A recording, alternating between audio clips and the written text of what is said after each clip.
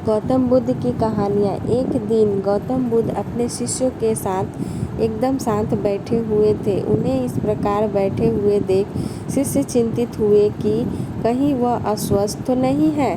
एक शिष्य ने उनसे पूछा कि आज वह मौन क्यों बैठे हैं, क्या शिष्यों से कोई गलती हो गई है। इसी बीच एक अन्य शिष्य ने पूछा कि क्या वह अस्वस्थ है, पर बुद्ध मौन रहे। तभी कुछ दूर खड़ा व्यक्ति जोर से चिल्लाया, आज मुझे सभा में बैठने की अनुमति क्यों नहीं दी गई है। बुद्ध आंखें बंद करके ध्यान मग्न हो गए। वह व्यक्ति फिर से चिल्लाया, मुझे प्रवेश की अनुमति क्यों नहीं मिली। इसी बीच एक उदार शिष्य ने उसका पक्ष लेते हुए कहा कि उसे सभा में आने की अनुमति प्रदान की जाए। बुद्ध ने आंखें खोली और बोले, नहीं, वह अछूत है, उसे आज्ञा नहीं दी जा सकती। यह सुनकर शिष्यों को बड़ा आश्चर्य हुआ।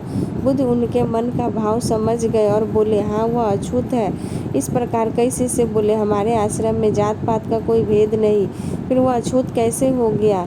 तब बुद्ध ने समझाया, आज वह क्रोधित होकर आया है। क्रोध से जीवन का एकाग्रता भंग होती है।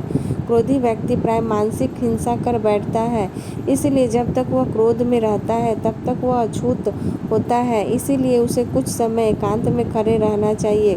क्रोधित शिष्य भी बुद्ध की बातें सुन रहा था।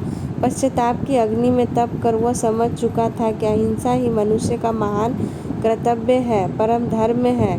वह बुद्ध के चरणों में गिर पड़ा और कभी क्रोध न करने का प्रण लिया।